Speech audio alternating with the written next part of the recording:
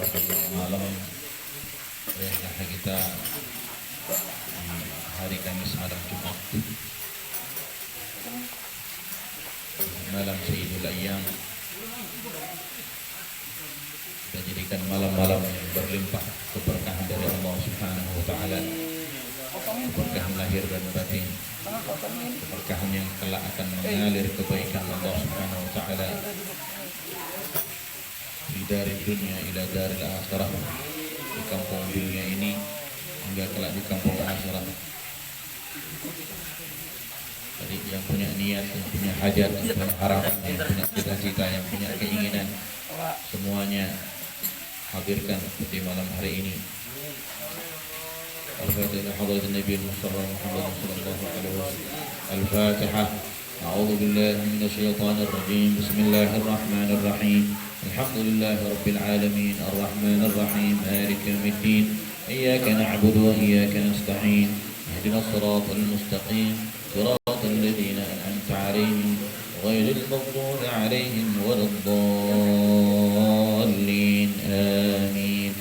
الله لا إله إلا هو الحي القيوم لا تأخذه سنة ولا نوم له ما في السماوات وما في الأرض من ذا الذي يشفع عنده إلا بإذنه يعلم ما بين أيديهم وما خلفهم ولا يحيطون بشيء من علمه إلا بما شاء وسع كرسيه السماوات والأرض ولا يؤوده حفظهما وهو العلي العظيم. آمن الرسول بما أنزل إليه من ربه والمؤمنون كل آمن بالله وملائكته وكتبه ورسله لا نفرق بين أحد من رسله وقالوا سمعنا وأطعنا غفرانك ربنا وإليك المصير. لا يكلف الله نفسا إلا وسعها لها ما كسبت وعليها ما اكتسبت. ربنا لا تؤاخذنا إن نسينا أو أخطأنا ربنا ولا تحمل علينا إصرا كما حملته على الذين من قبلنا ربنا ولا تحملنا ما لا طاقة لنا به واعف عنا واغفر لنا وارحمنا أنت مولانا فانصرنا على القوم الكافرين. لا إله إلا الله وحده لا شريك له له الملك وله الحمد يحيي ويميت وهو على كل شيء قدير. لا إله إلا الله وحده لا شريك له له الملك وله الحمد يحيي ويميت وهو على كل شيء قدير. لا إله إلا الله وحده لا شريك له له الملك وله الحمد يحيي ويميت وهو على كل شيء قدير. سبحان الله الحمد لله ولا إله إلا الله والله أكبر. سبحان الله إلا الله والله أكبر. سبحان الله والله أكبر. سبحان الله بحمده العظيم. سبحان الله بحمده. سبحان الله العظيم. سبحان الله العظيم. ربنا اغفر لنا وتب علينا إنك أنت التواب الرحيم. ربنا اغفر لنا وتب علينا إنك أنت التواب الرحيم. ربنا اغفر لنا وتب علينا إنك أنت التواب الرحيم. اللهم صل على محمد. اللهم صل عليه وسلم. اللهم صل على محمد. اللهم صل عليه وسلم. اللهم صل على محمد. اللهم صل عليه وسلم. أعوذ بكلمات الله التامات من شر ما خلق. أعوذ بكلمات الله التامات من شر ما خلق. أعوذ بكلمات الله التامات من شر ما خلق. بسم الله الذي لا يضر مع اسمه شيء في الأرض ولا في السماء وهو السميع العليم. بسم الله الذي لا يضر مع اسمه شيء في الأرض ولا في السماء وهو السميع العليم. بسم الله الذي لا يضر مع اسمه شيء في الأرض ولا في السماء وهو السميع العليم. رضينا بالله ربا وبالإسلام دينا وبمحمد نبيا. رضينا بالله ربا وبالإسلام دينا وبمحمد نبيا. رضينا بالله ربا وبالإسلام دينا وبمحمد نبيا. بسم الله والحمد لله. بسم الله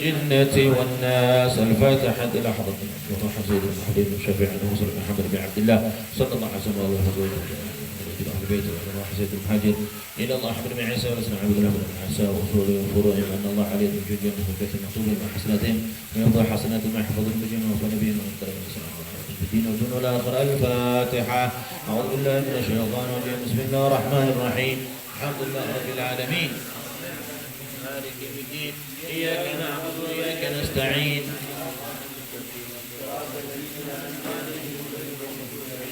ولا الضالين. آمين. الفاتحة على سيدنا وسيد العظم والفقير المقدم بعلي وعلوي وصول وفروعهم وجميع ساداتنا لي بعلي وصول وفروعهم من الله عليه دار من الجنة والكتم وثوبهم وحسناتهم ويحفظ بهم وينفعنا بهم ويعيد علينا من بركاتهم أسرارهم أنوارهم وعلومهم وفحاتهم في الدين والدنيا والآخرة. الفاتحة. الحمد لله.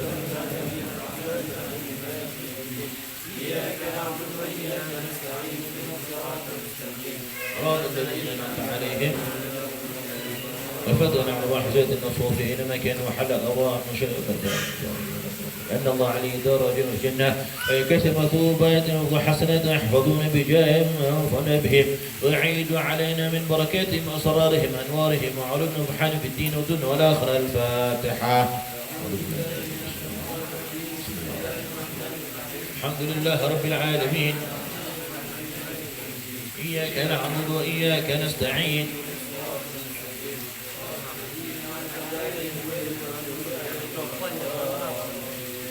الفاتحة. وروح سيدنا وصاحب الراتب كتب الإرشاد وقوة العباد والبدايات الحبيب عبد الله بن عبد بن حمد الحداد وصولهم وفورهم أن الله يعلي درجات في الجنة ويكثر مثوباتهم ويرفع حسناتهم ويحفظون بجاههم وأنفعهم بركاتهم وأسرارهم وأنوارهم وعلومهم وفحاتهم في الدين والدنيا والآخرة. الفاتحة. بسم الله الرحمن الرحيم. الحمد لله رب العالمين الرحمن الرحيم مالك يوم الدين. إياك نعبد وإياك نستعين. غير المغضوب عليهم ولا الضالين. من الفاتحة على أرواح كافة عبد الله وصالح والد مشايخنا في الدين والحق علينا وأموات أهل هذه البلدة من لا إله إلا الله أجمعين وإلى أرواح أموات المسلمين ويحم إلى يوم الدين وأن الله يغفر لهم ويرحمهم في قلوب المسلمين ويرحمهم ويشفي مرضاهم ومن شملهم على هداه والهدى ويصرف عنهم شرور فينا وإياهم شر الفتن والمحن والمتعدين والمؤذين والمتعديين من قريب أو بعيد ويرخي أسعارهم وزير أمطار وعطي كل سائل منا ومنكم وسلم على مرض الله ورسوله ويفتح العارفين ويختم لنا بالحسنى وهو راضي عنا في خير ولطف وعافية إلى حضرة النبي محمد صلى الله عليه وسلم. الفاتحة. الحمد لله رب العالمين الرحمن الرحيم مالك يوم الدين. إياك نعبد وإياك نستعين. غير المغضوب عليهم ولا الضالين. آمين. اللهم إنا نسألك رضاك والجنة ونعوذ بك من سخطك والنار. اللهم إنا نسألك رضاك والجنة ونعوذ بك من سخطك والنار. اللهم إنا نسألك رضاك والجنة ونعوذ بك من سخطك والنار. يا عالم السر منا لا تهتك الستر عنا وعافنا واعف عنا وكلنا حيث كنا. يا عالم السر منا لا تهتك الستر عنا وعافنا. عالم السر منا لا تهدك الستر عنا وعافنا واعف عنا وكلنا حيث كنا. جزا الله عنا سيدنا ونبينا محمد صلى الله عليه وسلم خيرا. جزا الله عنا سيدنا ونبينا محمد صلى الله عليه وسلم واهله. جزا الله عنا سيدنا ونبينا محمد صلى الله عليه وسلم افضل ما جزى نبيا عن امته. يا الله بها يا الله بها يا الله بها الله بحسن يا الله بها يا الله بها يا الله بحسن الخاتمة. Dalam ini pembacaan oleh Subtul Dolar kita berikan niat ini malam sebenarnya malam-malam daripada haulnya Sahibul Maulid yaitu Al-Imam Sayyidul Habib Ali bin Muhammad bin Husain bin Abdullah Al-Habashi. Jadi kita niatin nggak bisa hadir Ramadan Solo, memang di Solo tidak ada hall tahun ini ya. Ini malam diniatin kita hormat, termasuk hormat. Mudah-mudahan keberkahannya mengalir untuk kita semua hingga anak keturunan kita semuanya nanti. Amin Allahumma amin. Al-Fatihah Hadratus Muhammad Abdullah Rasulullah Hadi Rasulullah ونوفي منا صاحب الملك عبد الحبيب محمد بن سليمان الحبشي ولدنا ولدنا وماتنا المسلمين اجمعين. اني اصلي على فشامنا الاخر بنيتي ان الله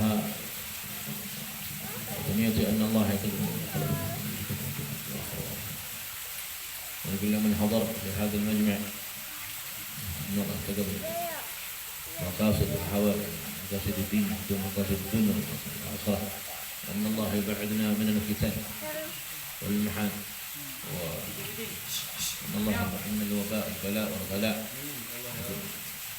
الأمراض والأسقام شفاء عاجل وبإذن صالح ويشمل الله وعلى ما نوينا وكما نوى صالح وكما نوى شيخ حبش وكما نوى شيخ وكما نوى صاحب محمد أنبا مضر الإمام عبد الله بن حسن العقاص السقاف الحبيب السقاف لحب علي بن علي الحبشي وآنس بن علي الحبشي وعلى تعلمون كافة عبد الله إلى حضرة النبي محمد صلى الله عليه وسلم. الفاتحة. أعوذ بالله من الشيطان الرجيم. بسم الله الرحمن الرحيم. الحمد لله رب العالمين الرحمن الرحيم مالك يوم الدين إياك نعبد وإياك نستعين اهدنا الصراط المستقيم صراط الذين أنعمت عليهم غير المغضوب عليهم. يا ربي صل على محمد أشرف بدر في الكون أشراق. يا ربي صل على محمد يا ربي صل على محمد أكرم داع يدعو إلى الحق. يا ربي صل على محمد يا ربي صل على محمد المصطفى الصادق المصدق. يا ربي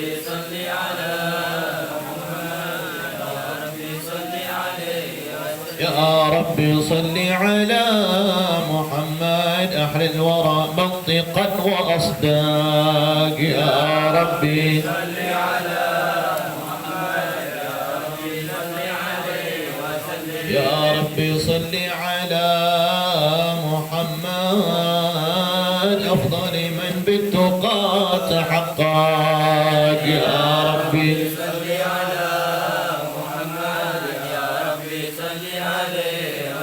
يا ربي صل على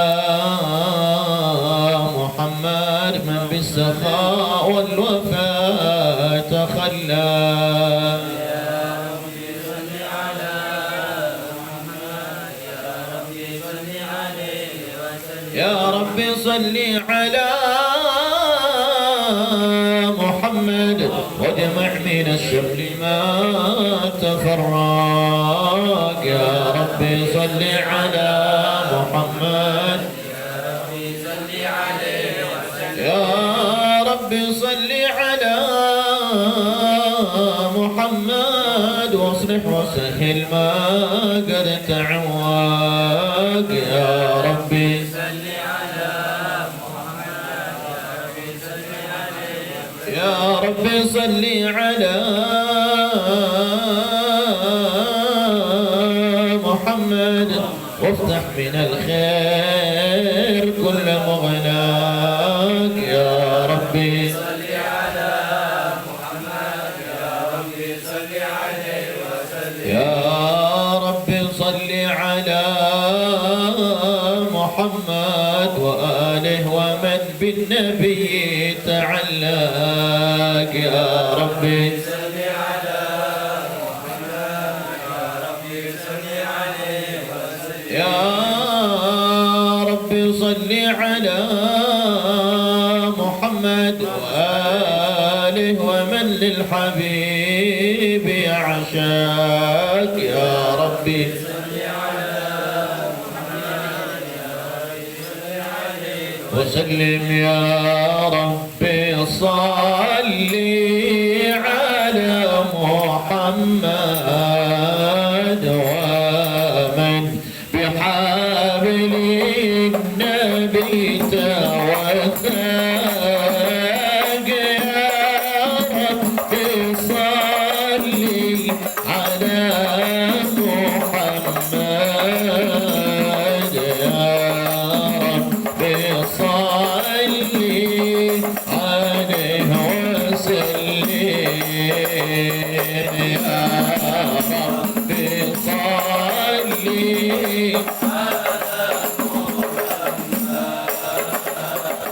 يا ربي صل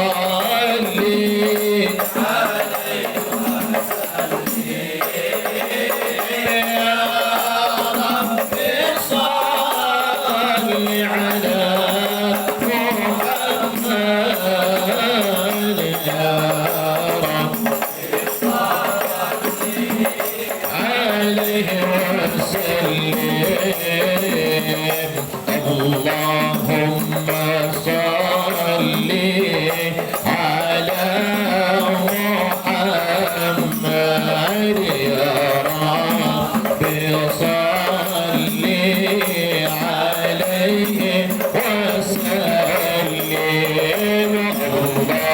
اللهم صل عليه وسلم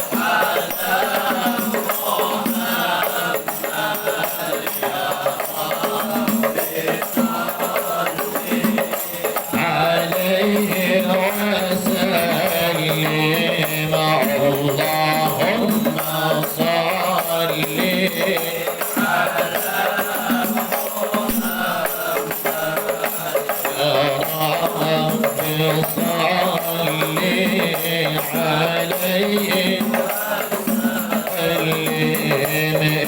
الكل زرتم بما رجعتم يا أكرم الخلق ما نقول رجعنا بكل خير وارتمى على فرح والأصول اللهم صل على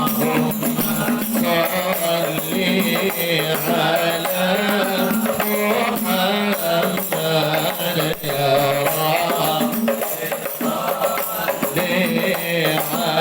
عليه وسلم اللهم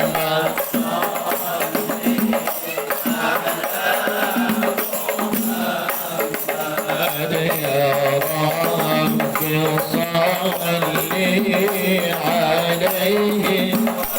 وسلم لولاك يا زينة الوجود لطام عيشي ولا وجودي ولا ترنمت في صلاتي ولا ركوعي ولا سجودي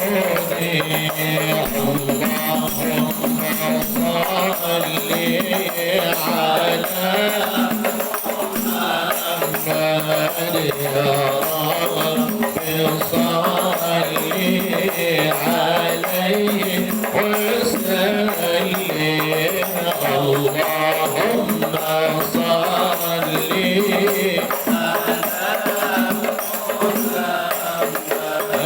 يا رب صل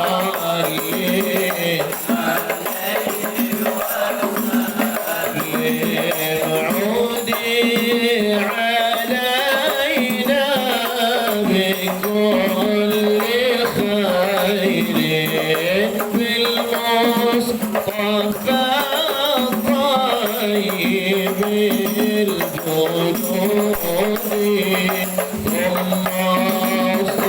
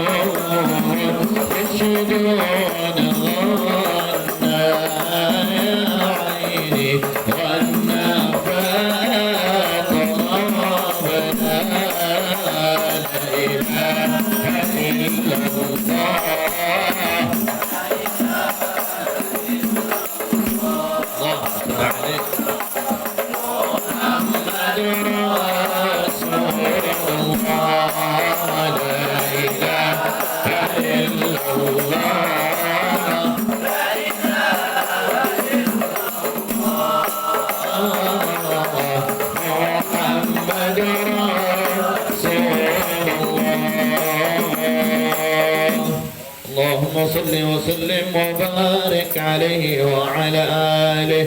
أعوذ بالله من الشيطان الرجيم. بسم الله الرحمن الرحيم. إنا فتحنا لك فتحا مبينا ليغفر لك الله ما تقدم من ذنبك وما تأخر ويتم نعمته عليك ويهديك صراطا مستقيما وينصرك الله نصرا عزيزا. لقد جاءكم رسول من أنفسكم عزيز عليه ما عنتم حريص عليكم بالمؤمنين رؤوف رحيم. فإن تولوا فقل حسبي الله لا إله إلا هو عليه توكلت وهو رب العرش العظيم. ما كان محمد أبا أحد من رجالكم ولكن رسول الله وخاتم النبيين وكان الله بكل شيء عليما إن الله وملائكته يصلون على النبي يا أيها الذين آمنوا صلوا عليه وسلموا تسليما اللهم صل وسلم وبارك عليه وعلى آله يا أهل بيت النبي يا أهل الصفاء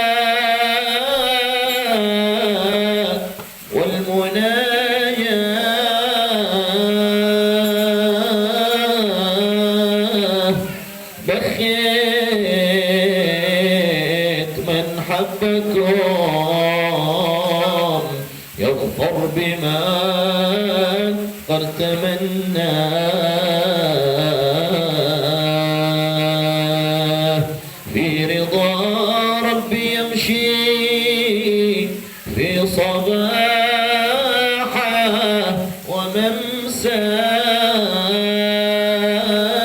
وممساه فيحصل مقاصده وما كان يرجى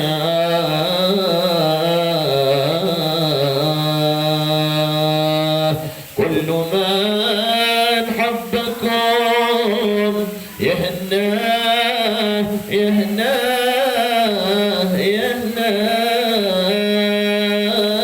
يهناه بالشفاعة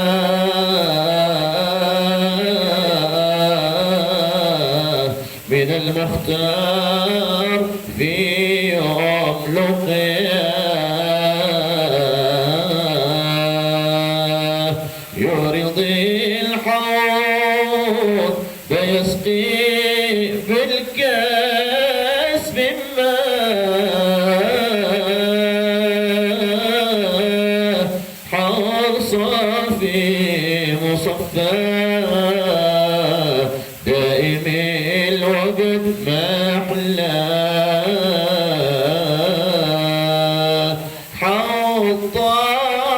حطانا محمد حبيب القلب والله ما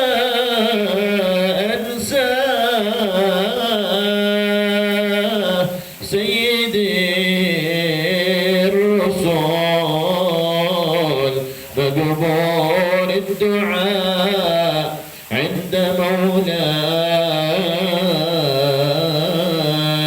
مولاه سيدي الرسل مقبول الدعاء عند مولاه الأنبياء يقولون نفسي نفسي وحبيبنا محمد يقول أنا لها أنا لها خبري خبري خبري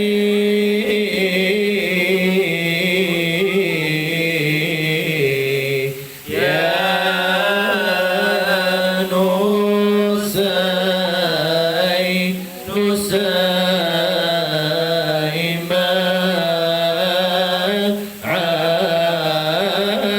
عمو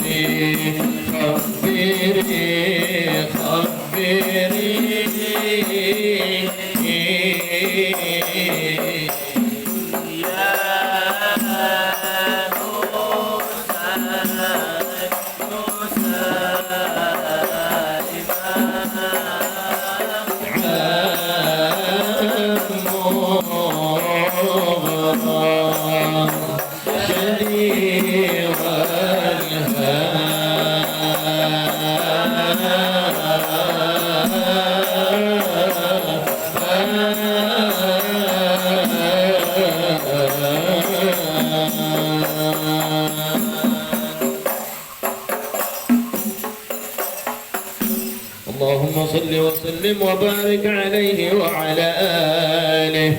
بسم الله الرحمن الرحيم. الحمد لله القوي سلطانه، الواضح برهانه، المبسوط في الوجود كرمه وإحسانه، تعالى مجده وأعظم شانه، خلق الخلق بحكمة وطوى عليها علمه، وبسط لهم من فائض المنة ما جرت به في أقداره القسمة، فأرسل إليهم شف خلقه وأجل عبيده رحمة، تعلقت إرادة الأزلية بخلق هذا العبد المحبوب، انتشرت آثار شرفه في عوالم الشهادة، فما أجل هذا المن الذي تكرم به المنان، وما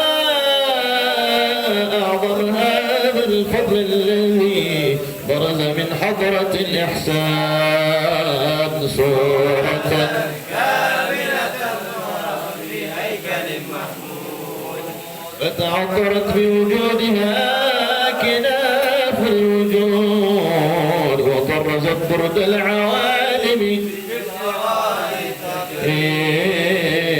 اللهم صل وسلم وبارك عليه وعلى آله. بشرى لنا نلنا المنى، زاد العنا وفى الهنا، والدهر أمجد وله، والبشر أضحى لنا. بشرى لنا نلنا المنى، زال الهنا وفى الهنا. بشرى لنا نلنا المنى، زال العنا وفى الهنا. بشرى لنا نلنا المنى، زال العنا وفى الهنا، والدار أنجز وله، والبشر أذهب لنا. بشرى لنا من المنى، زاد العنا وفى الهنا. يا نفس طيبي باللقاء، يا عين قري أعينها. يا نفس طيبي باللقاء، يا عين قري أعينها. هذا جمال المصطفى، أنواره لاحت لنا. بشرى لنا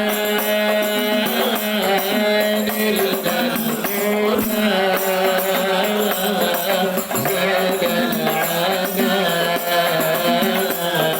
وفى الهنا والدهر أنجز وعده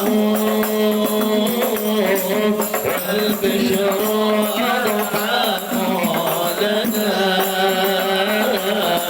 بشرى لنا نلنا المنى زال العنا وفى الفنا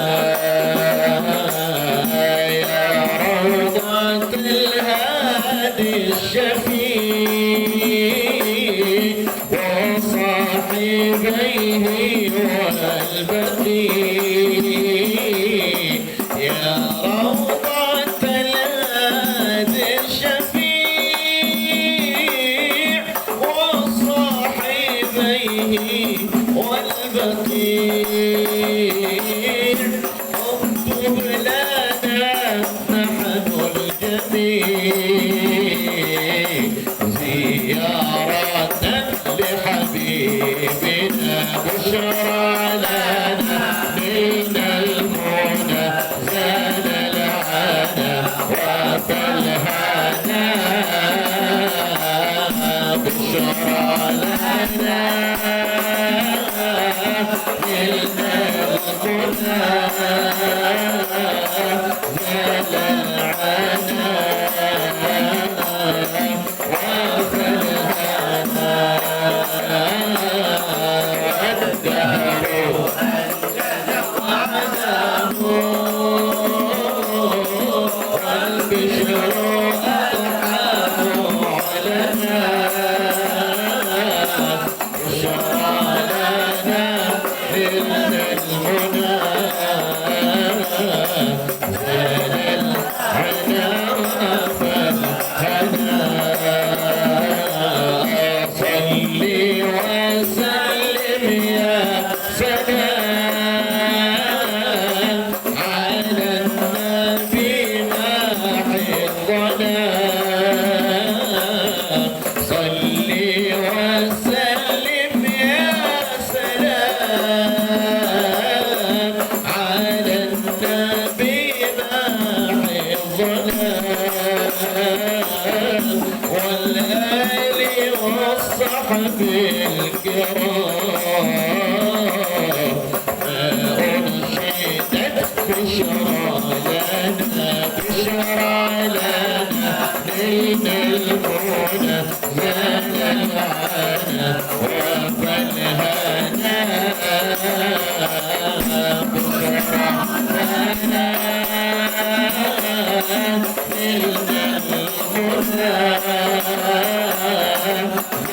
العنا وفى الهنا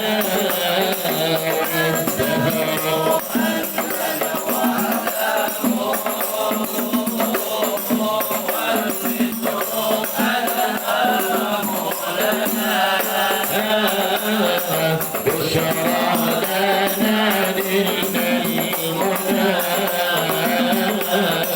زال العنا وفى الهنا يا إمام الراشد يا سندي الله أنت بعد الله معتمدي فبدنياي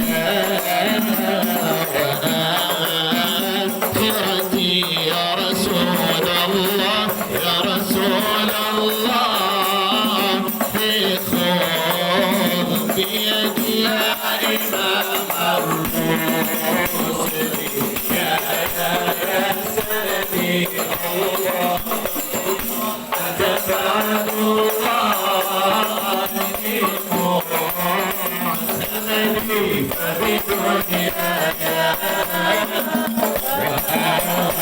وآخرتي يا رسول الله يا رسول الله بيدي والصلاة لم تزل لك تهدى ما دعاك ولي مع تسليمين من الأزل ينتهي حتى إلى الأبد يا إمام الرسل يا سيدي الله أكبر الله سيدي فبدنيا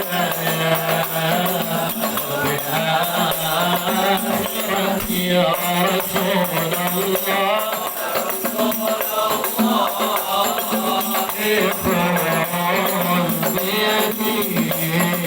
مولاي صلح أيامي وارزقني طيبا وتكرم بالإنعام وهيئ سببا مولاي صلح أيامي وارزقني طيبا وتكرم بالإنعام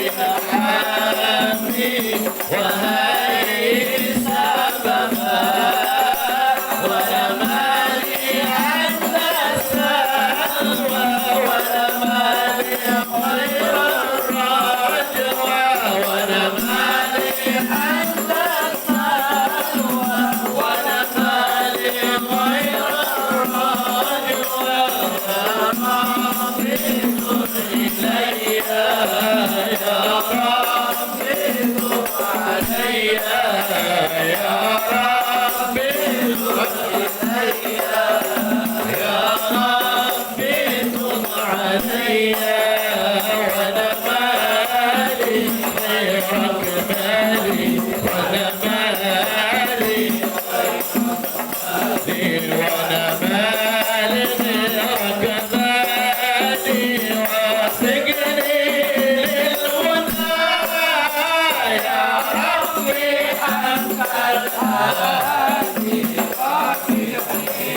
للهدى مولاي إليك رجوعي وأنت موئلي وفي شبعي وجوعي عليك توكلي الله مولاي إليك رجوعي وأنت موئلي وفي شبعي وجوعي عليك توكلي ربي أنت الخلاق ربي أنت الرزاق ربي أنت الرزاق ربي أنت الرزاق يا ربي انظر إلي آمين يا ربي تب علي يا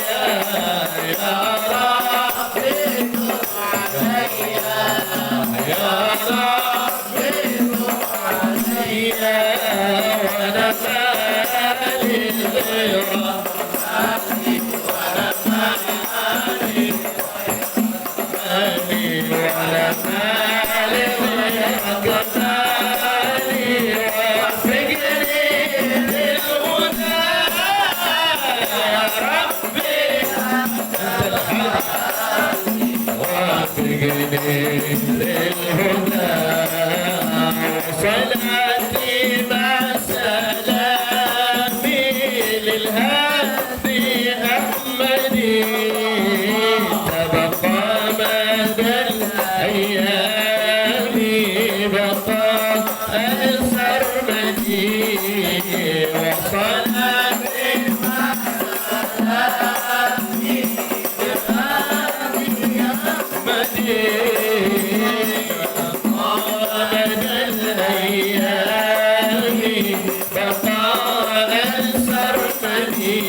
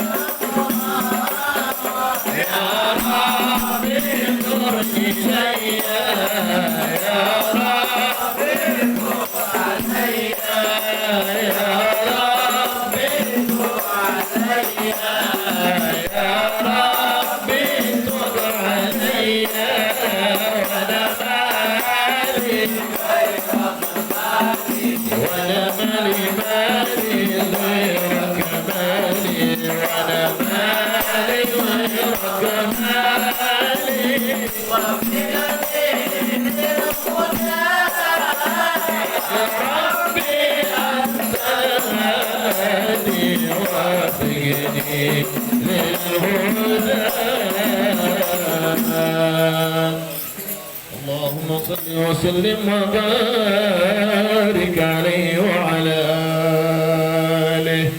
فحين قرب وقع هذا الحبيب أعلنت السماوات والأرض ومن فيهن بالترحيب وأمطار الجود الإلهية على أهل الوجود النتيج وألسنة الملائكة بالتبشير للعالمين تعج سبحان الله.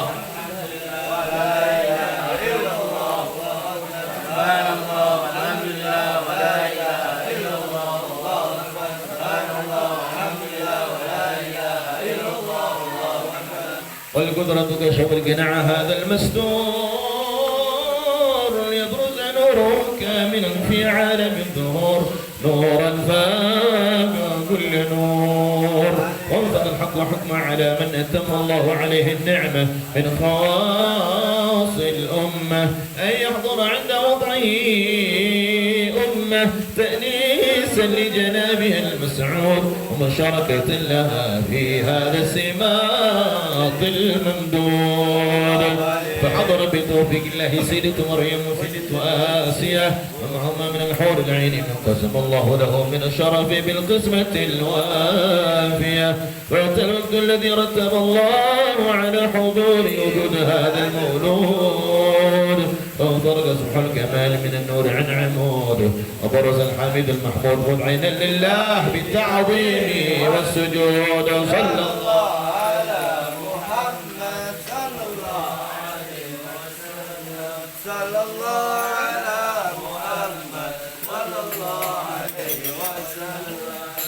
يا نبي السلام عليك يا رسول سلام عليك يا حبيب سلام عليك صلوات الله عليك يا نبي سلام عليك يا رسول سلام عليك يا حبيب سلام عليك صلوات الله عليك.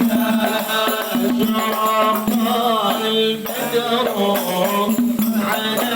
علينا وختمنا البدر تمامي مثل حسن ما رأينا بالعراقين والشام يا نبي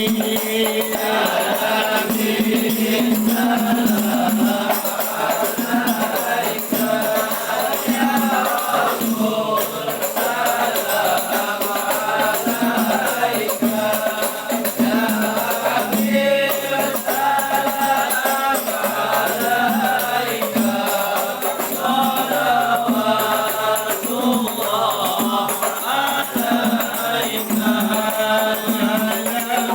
الله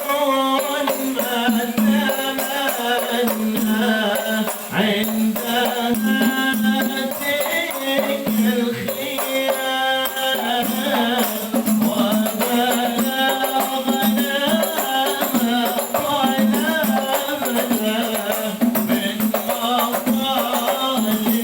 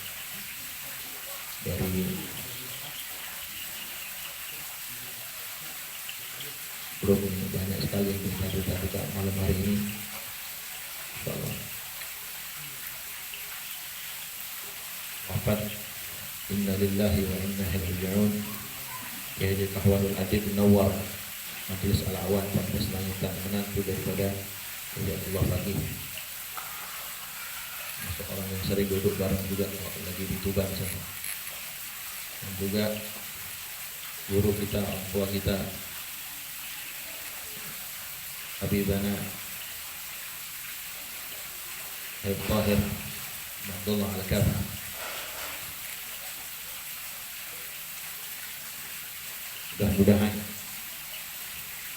wafatnya Paku Bumi, ulama-ulama kita digantikan oleh Allah Subhanahu wa taala ulama yang lebih banyak lagi, ulama yang takut kepada Allah, sebagaimana Al-Quran mengatakan innama yakhsyallaha min ibadihi ulama. Ulama-ulama sebagaimana berita datang kepada kita malam hari ini, ulama sebagaimana Al-Habib Tahir bin Abdul Al-Kahfi, singa podium yang dibunai oleh Indonesia. Mudah-mudahan digantikan oleh Allah seperti beliau yang lebih banyak lagi, hingga Indonesia makin makmur, Indonesia terjaga daripada fitnah, Indonesia dipelihara oleh Allah daripada segala bentuk musibah, Indonesia jauh daripada bala, Indonesia dicabut seluruh bentuk wabah. Saya tadinya pengen senang, pengen cerita yang senang-senang, berita duka saya nggak bisa, cerita senang banyak-banyak. Jadi minimal mari kita introspeksi diri, muhasabah. Wafat, meninggal dunia, ajal datang itu nggak lihat umur, nggak nungguin 60 tahun, nggak nungguin ente tobat dulu, nggak nungguin ente punya bini dulu, nggak nungguin ente punya anak dulu. Maka minta kepada Allah Subhanahu wa taala, sebab ada 3 tamu yang kalau datang dia nggak pakai janjian, bila mau'id. Salah duyuf, ada 3 tamu kalau datang dia nggak pakai janjian. Apa itu? Rizki. Kadang ada orang yang sepagian semalaman bekerja lembur, nggak lihat jam, nggak tahu waktu, tapi rezekinya gitunya, nggak nambah nggak kurang. Emang jatah dari Allah segitu. Yang cutinya banyak segitu, yang nganggurnya banyak ya segitu. Nggak pakai janjian datang. Kadang ujuk-ujuk ada orang nganterin duit, tahu dari mana itu orang pengen ngasih. Yang kedua, wal qadar takdir. Maka kita minta kepada Allah Subhanahu wa taala sebaik-baik takdir. Allahumma ij'al rizquna halalan thayyiban mubarakah. Kita minta semoga Allah jadikan rezeki yang kita dapatkan adalah rezeki yang halal, rezeki yang baik, rezeki yang membawa keberkahan. Waj'al qadrana jamila, dan Allah jadikan takdir hidup kita takdir yang baik, takdir yang indah, takdir yang membahagiakan, takdir yang menggembirakan, baik untuk diri kita dan orang-orang yang kita sayangi. Dan yang terakhir, al-maut. Makanya kalau urusan mati ini kita minta sama Allah Ta'ala, wala ta'khudna illa anta radin 'anna ya Allah. Jangan buru-buru kau cabut nyawa kami kecuali kami dalam keadaan beramal saleh. Jangan kau cabut nyawa kami kecuali kami engkau ridhoi ya Allah. Kita hidup sebentar gak lama. Makanya dulu dalam satu riwayat daripada Ibnu Umar, beliau pernah bercerita ketika beliau bersama Nabi sallallahu alaihi wasallam, faja'a rajulun minal ansar, datang pemuda Ansar. Pemuda Ansar itu mereka orang-orang yang menerima rombongan baginda Nabi sallallahu alaihi wasallam hijrah dari Makkah menuju Madinah. Kemudian thumma sallama ala Nabi SAW, kemudian bersalaman, ucapkan salam, assalamualaikum ya Rasulullah. Waalaikumsalam, kata Nabi. Kemudian ini orang nanya, laki-laki Ansar ini nanya kepada Rasulullah, ya Rasulullah, ayil mu'minina afdal, orang mukmin yang paling utama yang mana? Dia punya amal itu yang mana, yang model bagaimana? Nabi jawab, ahsanuhum khuluqa, yang paling baik akhlaknya. Ini hari ini ada berita revolusi akhlak, bingung apa sih revolusi sudah kayak apa namanya itu kemerdekaan begitu, kayak mau ada peperangan. Pada revolusi akhlak itu dikembalikan akhlaknya sebagaimana tuntunan baginda Nabi Sallallahu Alaihi Wasallam, sebagaimana dulu peradaban yang biadab, yang jahiliyah dirubah oleh Nabi dengan akhlakul karimah. Maka kemudian laki-laki yang Ansor tersebut bertanya lagi kepada Rasulullah. Tsumma qala ayyul mu'minina aksim ya Rasulullah. Orang mukmin yang cerdik, yang cerdas itu yang mana, yang bagaimana ya Rasulullah? Maka Nabi jawab, orang mukmin yang cerdas adalah yang paling banyak mengingat mati.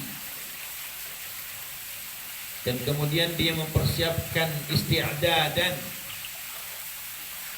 Bagaimana setelah kematiannya? Dia siapin. Tiap hari mikirin, ya Allah kalau saya mati gimana ini? Anak saya belum saya pondokin, anak saya belum bisa ngaji, bini saya belum rajin sembayangnya, apalagi bini saya belum ketahuan yang mana. Bingung ya Allah, saya bingung. Maka orang yang paling cerdas dan cerdik kata Nabi adalah orang yang paling banyak mengingat mati dan yang paling banyak persiapannya menghadapi kematian. Faulaika al-aqyas kata Rasulullah, maka dialah orang yang cerdas. Maka di dalam Minhajul Qasidin, Shumaid bin Ajlan mengatakan, kalau seandainya man ja'ala al-maut nusiba ainai, kalau kita jadikan kematian itu di depan dua belah mata kita ini. Nih, kita punya dua belah mata. Kalau kita ya Allah, nggak usah banyak-banyak kepengenan, segala pengen ini, pengen itu, pengen jadi ini, pengen jadi begitu, nggak usah. Kenapa? Sebab karena kita ini banyak lupanya. Dikasih ujian, nggak kuat sabar, dikasih nikmat, nggak bisa syukur. Kalau seandainya kita jadikan kematian ini di hadapan mata kita nih, apa kata Shumaid bin Ajlan? Lam yubali, tidak akan peduli itu orang, nggak akan mikirin itu orang. Apa yang dia mikirin? Bidikit dunia wa sa'atiha. Apakah dia mau jadi orang sukses atau jadi orang yang sama sekali nggak populer, nggak kesebut namanya? Dia mau jadi orang yang viral begitu kira-kira, ataupun orang yang nggak dikenal sama sekali. Dia mau jadi orang kaya raya ataupun orang yang miskin apa nggak punya apa-apa. Dia mau jadi orang yang harta bendanya berlimpah ataupun dia yang punya rumah hanya sepetak mepet sawah, kira-kira gitu. Nggak mikirin dia. Kenapa? Karena dia pikirin, ya Allah, saya punya duit besok mati, saya punya jabatan besok mati, saya punya kedudukan besok mati. Nggak ngeliatin umur. Pejabat mati, yang rakyat mati, menteri mati, masyarakatnya mati juga. Yang zalim mati, yang dizalimi mati. Yang punya fulus mati, yang nggak punya fulus mati. Yang sedekah mati, yang nggak sedekah mati. Maka ada riwayatnya dari Ibnu Majah bahwa pernah Rasulullah bareng, diriwayatkan daripada Anil Barra, sahabat Nabi. Jadi beliau pernah fi janazatin, di dalam pekuburan makam tuh, biarnya agak serem-serem dikit pengennya. Dan kita baru ngomongin di sana, yang berkabar kabar duka datang. Habis ini kita bacakan Fatihah buat beliau-beliau. Fi janazatin, beliau nguburin sama sahabat yang lain. Fi janazatin ala syafiril kubur. Kemudian di tepi kuburan lah, di samping kuburan biasa kalau kita lagi ziarah. Masyaallah. Fabaka Rasulullah sallallahu alaihi wasallam hatta ballat thara. Nabi itu nangis sampai kuburan tuh basah. Apa namanya? Tanah di kuburan basah. Itu saking namanya itu Nabi. Berarti udah luar biasa. Nabi sampai nangis. Makanya kalau ada suami istri masih muda, kuburannya basah oleh air matanya tuh, nggak percaya saya. Jangan-jangan dia nungguin, bahkan nungguin kuburan kuburan kering gitu jadi itu. Maksudnya kawin lagi dia. Jadi kalau Nabi Fabaka Rasulullah SAW hatta balagha, sampai itu kuburannya basah. Sambil nasihatin, manggil semua tuh sahabatnya. Manggil sahabatnya bukan ya ashabillah. Manggilnya apa? Ya ikhwani, ya Allah. Wahai saudara-saudaraku. Limithli hadza. Nih, limithli hadza fa'idu. Ini contohnya ini kata Nabi. Persiapin yang model ini. Dia sekarang kita giniin, besok kita yang digituin. Yang diginiin ini sama kata Nabi. Sambil nunjuk kuburan. Insyaallah. Makanya kalau orang ingat mati, itu berarti diyakini imannya sahih. Apa imannya sahih itu? Imannya benar. Orang yang ingat mati berarti dia punya amalan ini, amal saleh yang dia siapin. Kemudian orang yang ingat mati, jiwa dan sanubarinya ini gampang orang jadi ikhlas, udahlah, nggak pedulilah orang mau bagaimana ke, ya, seperti ceritanya Ibu Umar kan, Ibn Umar bin Hafid Syekh Muhammad bin Salim, satu cerita punya tanah yang luas, tiba-tiba direbut sama orang, ya direbut sama orang, ini anaknya tahu, ya Walid, tanah kita diambil nulis robot sama orang. Kata Ibu Umar apa? Ya nggak apa-apa sih, dia nggak butuh, biarin aja. Tanah itu luas, sekian hektar. Ya apa-apa, biarin timbang tanah. Tanah kita hektaran, ntar tempat kita 2 meter kali 1 meter, 2 kali 1. Biarin aja. Tapi kan itu surat, biarin. Kasih itu suratnya, ambil dari mari kasih dia. Ini kan belum megang suratnya. Kata Ibu Umar. Dia baru nyerobot tanahnya, belum dapat suratnya, suruh ngambilin putranya. Ini suratnya kasih namanya. Bisa gitu? Bisa. Ya bayangin ya. Dah ya. Baik. Kita telah berbincang Allah subhanahu wa ta'ala berubah dan membagikan itu. Allah subhanahu wa ta'ala sedaro Sayyidul Habib Tahir bin Abdullah Al-Tam wa ta'ala jannah Allah wala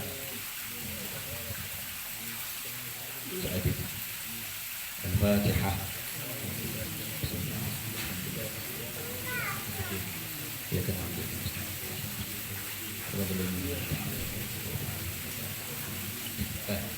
Sekarang kita bicara yang rada-rada semangat. Kita kan masih pada muda nih. Ini musim Covid belum habis. Banyak orang di PHK, banyak orang berhenti kerja, bahkan banyak orang dikurangi jam kerjanya, banyak orang lemburnya nggak kayak biasanya. Akhirnya mulai ngedon, jangan-jangan besok di PHK juga gua. Padahal Nabi ngajarin kita ini minimal punya prinsip sebagaimana firman Allah di dalam Suratul Jum'ah juz 28 ayat ke-10. Apa Allah bilang? Fa idza qudiyatus shalah fantashiru fil ardh wabtaghu min fadlillah wadhkurullaha katsiran la'allakum tuflihun. Kalau kita pengen sukses, mau sukses dunia, mau sukses akhirat, salat jangan lupain. 5 waktu. Kalau bisa yang mulai jangan nunggu rihlah.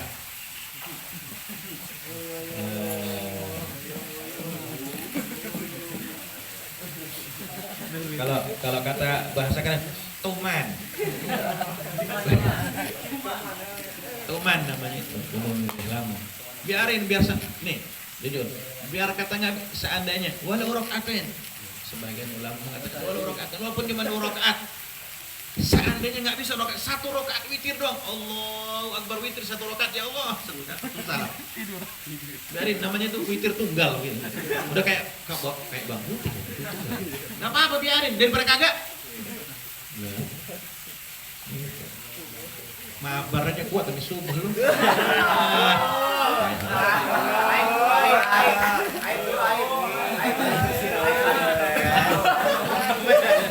Ya.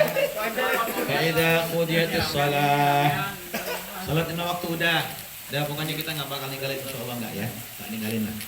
Fantasur fil ard, ngapain? Gawe, apa aja udah. Musim corona begini nggak usah pikirin. Udah baik jadi bos lo. Minimal dagang ayam kayak ayam goreng, ayam apa udah. Fantasur fil ard, bertebaran udah. Gitu. Jangan mur. Saya mah pasrah sama Allah, yang penting ridanya. Diomelin sama Nabi. Dulu ada sahabat. Nih, sahabat habis kajian subuh. Nih, sahabat pulang semua. Nah, waktunya syuruk pulang, habis sholat isyraq pulang. Ya kan? Nah, kemudian waktu duha Nabi ngelihat, lah tuh orang dari tadi keburu pulang namanya, betah di masjid. Wah, jangan-jangan dia itikaf kali. Tanya sama Nabi, ente ngapain? Saya lagi minta sama Allah ya Rasul, biar rezeki saya diturunin. Caranya, ya saya doa aja. Bagaimana caranya mau turun? Ente di sini terus. Pergi keluar ke masjid, ambil sandal ente, pergi sana. Gitu. Sampai diriwayatkan dari apa namanya, Abi Hurairah. Nih ya. Apa diriwayatkan Abi Hurairah? Li'an ya tatiba. Seandainya ente nih punya tali tambang, mau tambang kayak mau rapia kayak boleh dah. Terus ada hutan kayak di sini. Seandainya ini hutan, ya, salah satu di antara kita ya. Kemudian ngeliatin ada kayu bakar potongan kecil-kecil, kita ikat tuh kayu bakar, kita gotong, ala Allah di atas pundak kita. Terus pergi kita ke pasar, ada yang nawar tuh kayu bakar, kita bawa pulang hasilnya, entah 1.000, 2.000, goceng 10.000, kita bawa pulang. Maka itu jauh lebih mulia, khairun min an yas'ala. Kalau kita datang ke seseorang, wah lihatin kita punya saudara, punya teman, punya sahib sukses nih ya, dulunya dia bisnisnya bisnis apa namanya, taruhlah bisnis lobster, sekarang dia punya kapal gitu. Wah, agak suksesan dikit, kita datang ke dia, bro tolong dong bro, ini kan lagi corona, saya di PHK nih, ente kan bisnisnya maju tuh ya kan, tolongin apa. Seandainya ya kan kita ngadep ke dia, an yu'tiyahu, dikasih kita sama dia, dibantu kita sama dia, atau ditolak sama dia, itu tidak lebih baik dibandingkan kita bawa kayu bakar yang tadi. Ala Allah deh. Ini ajaran Nabi. Maka Nabi bilang dalam riwayat yang sama, Nabi Hurairah, kan Dawud alaihi salatu wassalam, Nabi Dawud, memang Nabi Dawud siapa? Raja loh. Nabi Daud bukan main-main, raja. Kalau bahasa lain King David begitu ya. Punya putra namanya Sulaiman, disebutnya King Solomon. Sulaiman ibnu Dawud. Nah, Nabi Daud ini raja.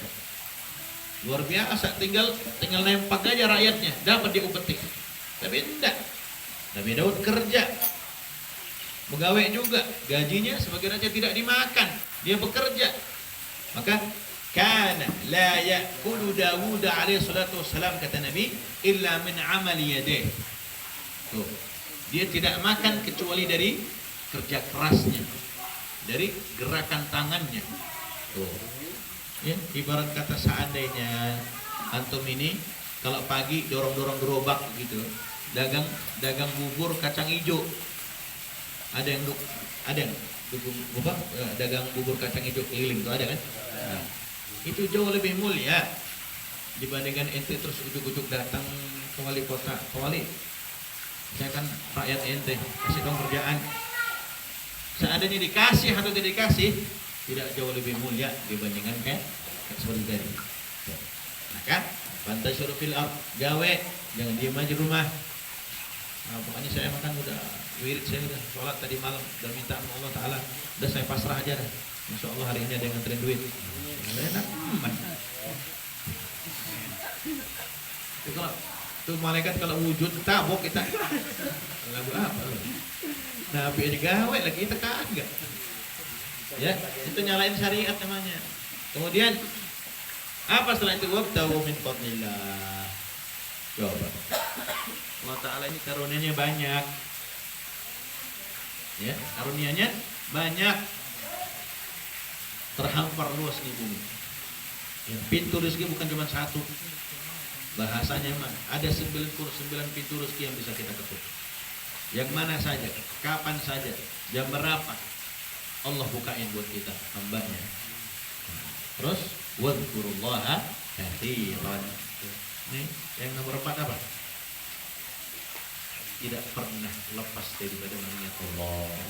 Lisannya basah mengingat Allah. Sambil gawe subhanallah walhamdulillah wala ilaha illallah wallahu akbar, ngapain ini? Minta benang misalnya begitu. Kalau mungkin Bang Yan ngasih tahu begini apa anggotanya, ya angkut-angkutin barang-barang, masukin gudang gitu. Tapi bari hatinya nggak pernah lepas daripada zikir. Baru la'allakum tuflihun, beruntung ente bisa begitu. Ya kan? Salatnya benar, kerjanya benar, syukurnya benar, zikirnya benar. 4. Oke. Kemudian nggak cukup sampai di situ. Allah bilang dalam surat Taubah ayat 105, masih lembaran pertama yang bawah. 1, 2, 3, baris ketiga dari bawah. Apa Allah bilang begini kalimatnya? Wa qul i'malu fasayarallahu 'amalakum wa rasuluhu wal mu'minun. Kita ini diajarin sama Nabi, Muhammad kasih tahu sama umatnya, i'malu, kerja, beramal. Ya, kerja dalam tanda kutip beramal. Ya amal soleh tentunya, pengennya. Bekerja yang semangat. Kenapa? Fasayarallahu 'amalakum wa rasuluhu wal mu'minun. Karena apa yang kamu kerjakan, amal perbuatanmu itu dilihat, bukan cuma oleh Allah, bukan cuma oleh Nabi, tapi orang-orang yang beriman juga melihat. Oh iya ya, si fulan ini masya Allah, emang dia habis di PHK dari perusahaannya, emang dia sudah nggak dapat kerjaan dari PT-nya, tapi dia semangat. Kalau bahasa bahasa Sundanya itu survive gitu. Survive, apa survive? Bangkit. Tetap semangat, move, nggak lemes dia. Males udah, biarin dah, ntar aja nungguin corona balik, dan baru sergap lagi kerjanya. Nggak begitu. Karena dia punya Allah, yang jamin rezeki dia Allah, yang punya rahasia Allah juga. Maka dia yakin Allah bakal melihat apa yang saya kerjakan. Orang-orang sekeliling saya pun bakal melihat juga apa yang saya lakukan. Wasaturadduna ila alimil ghaibi wasyahadah fayunabbi'ukum bima kuntum ta'malun. Kita kelak bakal dikembaliin dalam keadaan yang sama seperti yang lain, tapi kondisinya beda-beda. Ini dikembaliin di barang-barang kayak gini, tapi beda keadaannya. Kenapa beda? Karena yang atuh begawe sergap lagi, yang atuh nganggur, malas. Maka di dalam Islam nggak ada tempat buat orang malas. Di dalam agama kita nggak ada tempat buat orang malas, nggak ada. Nabi nggak pernah ngajarin buat kita malas. Maka di samping kita ikhtiar, kita doa, juga tawakal. Maka dikatakan dalam kitab Syubrul Iman, Al-Baihaqi pernah mendefinisikan prinsip orang kalau ingin martabatnya atau marwahnya terjaga, semangat begawainya ini sebagaimana diajarkan sama Nabi. Nih, masih anak muda kan, mumpung masih semangat kerjaan. Apa itu 4? Ingat-ingat. Yang pertama, ente nih jadi orang punya prinsip thalabud dunya halal. Pokoknya gimana pun caranya kudu ikhtiar nyari duit yang halal. Jangan kayak orang-orang. Saya berhentilah jadi penerbang begitu. Ini tukang pukul terbangan. Saya mau jadi anggota DPR aja. Bagus nggak? Bagus. Halal nggak? Halal. Akan tetapi nanti berubah keadaannya ketika dia melakukan perbuatannya tidak diridhai Allah Subhanahu wa taala. Maka di sini ada 2. Ada bisa haram yang li ghairihi, ada yang haram li dzatihi. Walaupun dia thalabud dunya halal awalnya. Dia nyari duitnya halal benar, dia jadi anggota DPR, dipilih oleh rakyat secara sah dia.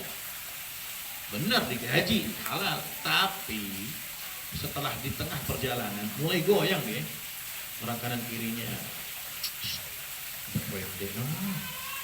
kasih katanya barang-barang kita berempat ya, aman. Oh gitu. Padahal udah mulai dibilangin sama teman yang lain juga, jangan, bahaya, KPK menanti. Nah, tolek lagi, jangan urusin itu. Nah, mulai dia korupsi. Maka ketika korupsi, ketika dia awalnya tolabud dunia halal, dia niat carinya dunia halal, tapi pas tengah perjalanannya dia bikin perbuatan yang haram, maka ini namanya haram li ghairihi, bukan sebab pekerjaannya.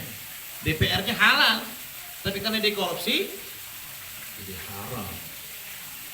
Nah, hati-hati. Misalnya contoh, ini sekarang sudah kerja jadi penunggu villa. Nunggu villa halal. Sekali seminggu ada yang 4 kali yang nyewa, halal pekerjaannya. Dibayar satu malamnya misalnya 2.000, setahun, 2 tahun, 3 tahun, alhamdulillah. Nggak ada yang audit, kira-kira begitu. Tiba-tiba karena dia sadar nggak pernah diaudit sama bosnya, mulai goyang di hatinya. Si bos nggak tahu aja, biarin aja lah, bilang aja seminggu cuma sekali doang nyewanya.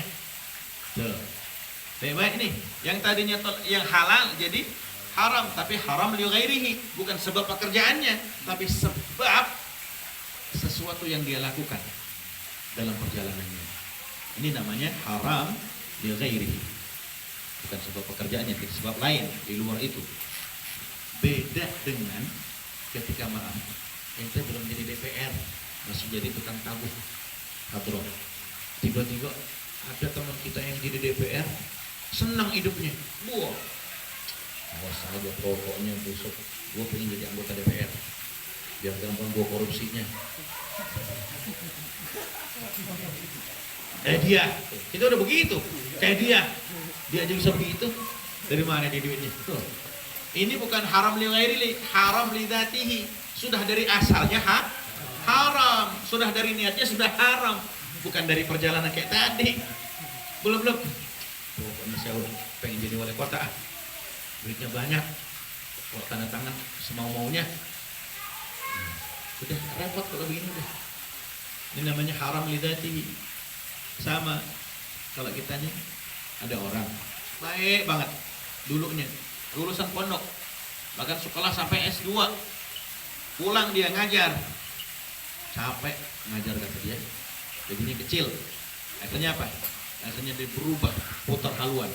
Apa coba? Jadi rampok, jadi begal.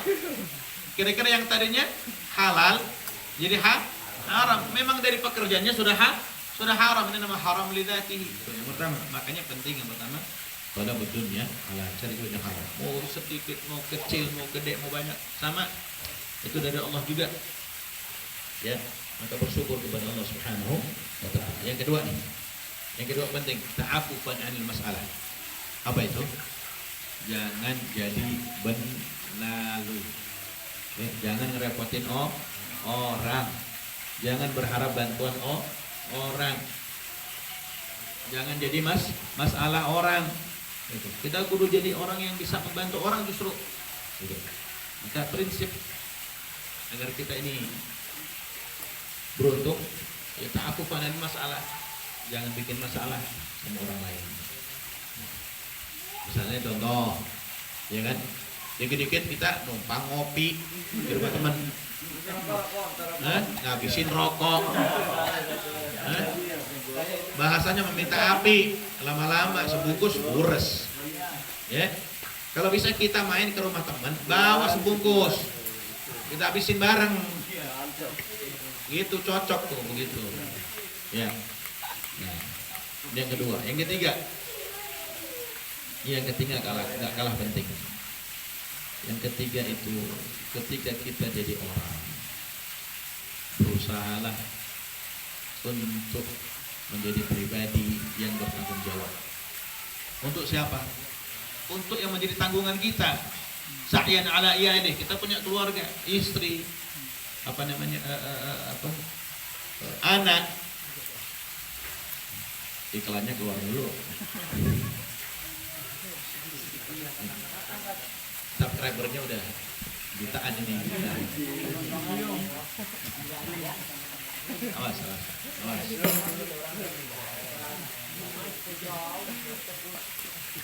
Ta'yin ala iyalih. Tanggung jawab kita sama keluarga.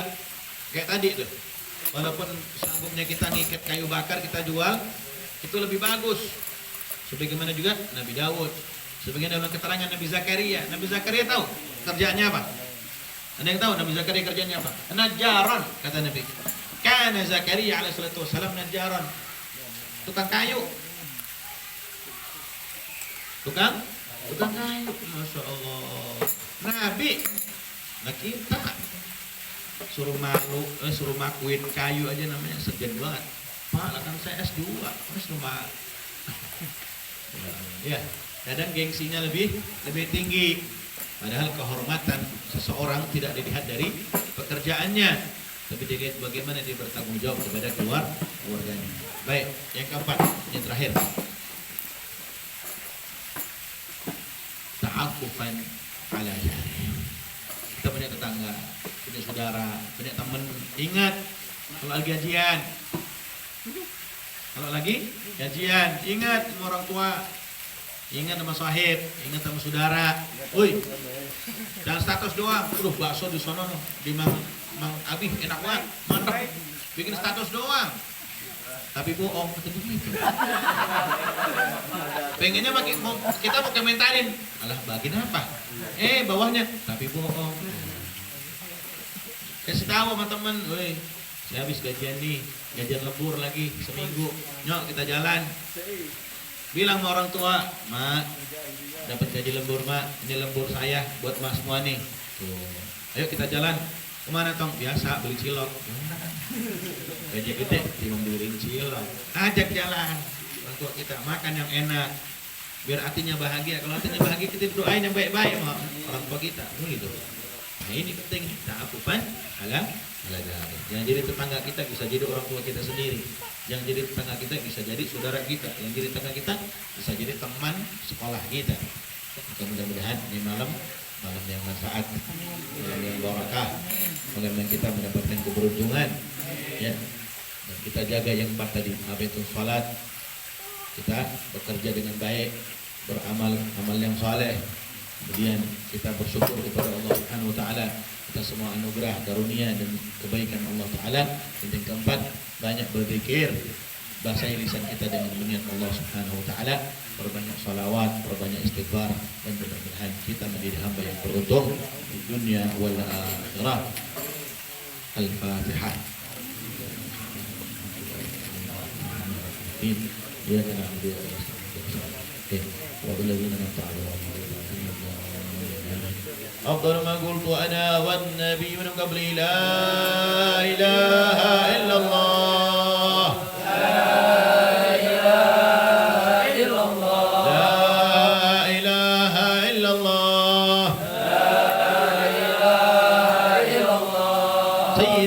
محمد رسول الله صلى الله عليه وسلم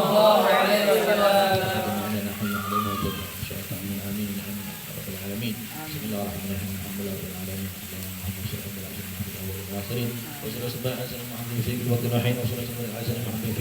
العالمين وصلى وسلم على سيدنا مولانا محمد حتى تجلس الأرض عندها وأنت خير الوارثين.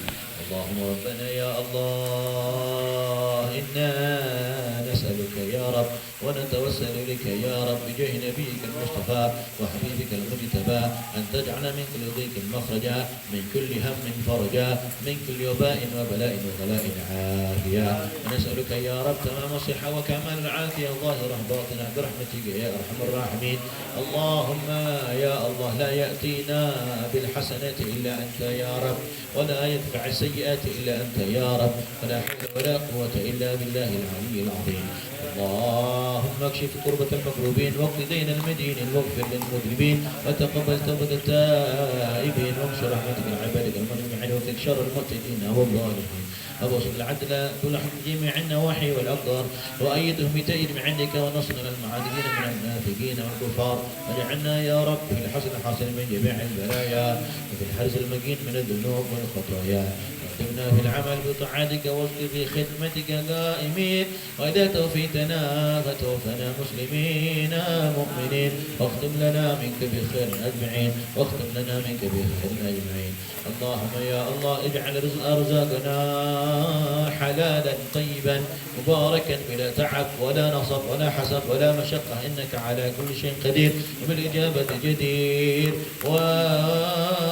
واجعل قدرنا جميلا يا الله ولا تأخذنا إلا أنت راض عنا يا أرحم الراحمين يا أرحم الراحمين يا أرحم الراحمين واجعلنا يا رب الحسن حظنا من جميع البلايا وفي الحزن المكين من الذنوب والخطايا وأدمنا في العمل بطاعتك وزد خدمة قائمين وإذا توفيتنا فتوفنا مسلمين مؤمنين واختم لنا يا الله بالإسلام واختم لنا يا الله بالإيمان واختم لنا يا الله بالسعادة واختم لنا يا الله بالخير واختم لنا يا الله بحسن الخاتمة يا رب العالمين وصلى وسلم على هذا الحبيب المحبوب من لسان الارواح والقلوب وعلى اله وصحبه ومنه من سوء واخر دعوانا ان الحمد لله رب العالمين بفضل سبحان ربك رب العزه عما يصفون وسلام على المرسلين الحمد لله رب العالمين.